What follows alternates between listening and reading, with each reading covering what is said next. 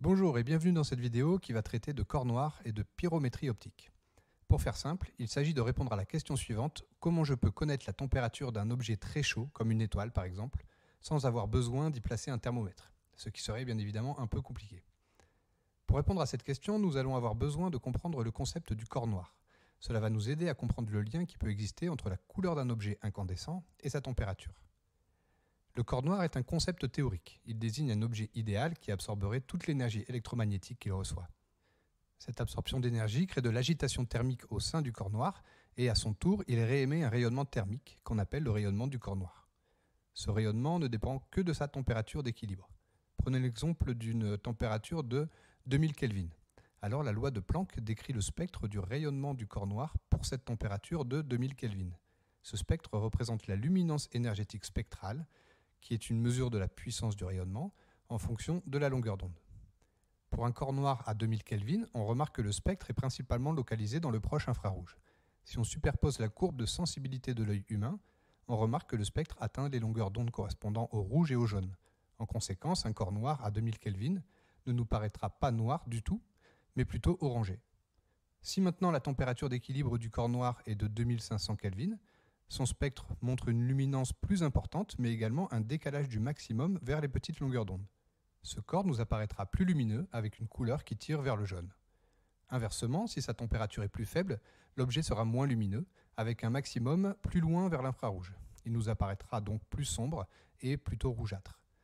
Rappelons-nous qu'un corps noir est un objet purement théorique, mais il existe des objets qui ont un spectre d'émission très similaire à celui d'un corps noir.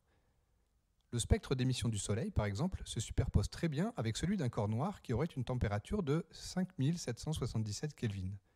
Il permet ainsi la mesure de la température de surface du Soleil.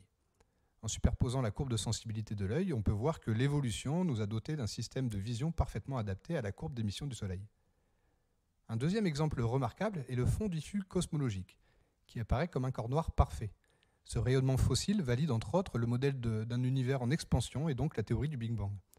Voilà, nous avons vu que ce modèle du corps noir nous permet donc de faire le lien entre rayonnement et température.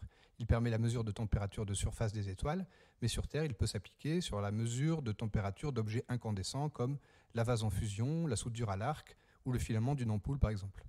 Et nous allons voir comment nous y prendre. En observant le spectre d'un filament incandescent, on peut remarquer que sa luminance est plus faible que celle d'un corps noir, à la même température. On définit alors l'émissivité du corps réel, et non noir, comme le rapport de la luminance du corps réel sur celle du corps noir. Remarquez que lorsqu'on désigne le corps noir, il est coutume de mettre un petit O, en exposant comme ici. Mais quelle est la différence entre un corps noir et un corps réel ? Rappelons-nous que le corps noir absorbe toute l'énergie électromagnétique qu'il reçoit, pour tout réémettre sous forme d'un rayonnement thermique. Un corps réel, lui, n'absorbe pas tout. Il peut laisser passer par exemple une partie du rayonnement, disons 10% par exemple, et il peut aussi en réfléchir ou en diffuser une partie, disons 50%. Ainsi, il n'absorbe que 40% de l'énergie électromagnétique qu'il reçoit. Fatalement, son rayonnement thermique sera plus faible. Dans les conditions exposées dans la loi de rayonnement de Kirchhoff, on pourra considérer que son émissivité est égale à son absorptivité, ici 40%. Si cette émissivité ne dépend pas de la longueur d'onde, on parle alors de corps gris. Nous allons utiliser cette théorie du corps gris afin de mesurer la température du filament d'une ampoule à incandescence à l'aide d'un pyromètre à filament qui est pointé en direction de l'ampoule. En vertu de la loi de Planck, il est possible de faire le lien entre luminance et température.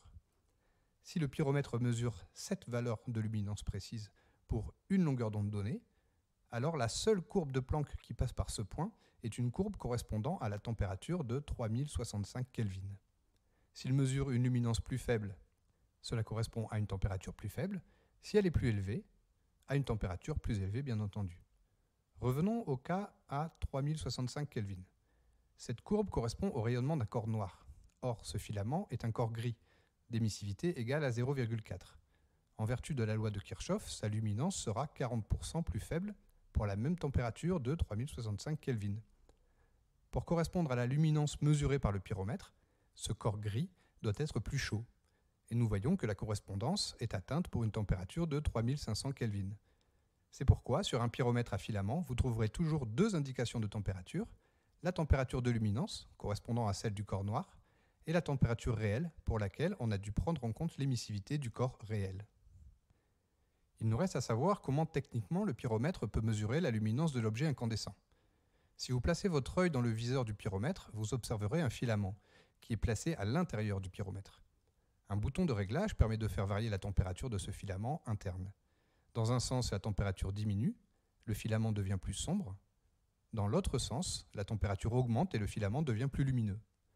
Si maintenant on vise l'ampoule, on voit alors apparaître en superposition le filament interne et le filament de l'ampoule qui est visé par le viseur. Le fait que le filament du pyromètre paraisse plus sombre indique que sa température de luminance est trop faible. En tournant le bouton de réglage, on peut augmenter cette température. Ici, il est trop chaud, on redescend. Voilà. Lorsque le filament semble disparaître, il y a correspondance parfaite entre les températures de luminance de chaque filament. On peut ainsi connaître la température de luminance et la température réelle du filament. Merci d'avoir regardé cette vidéo et à bientôt.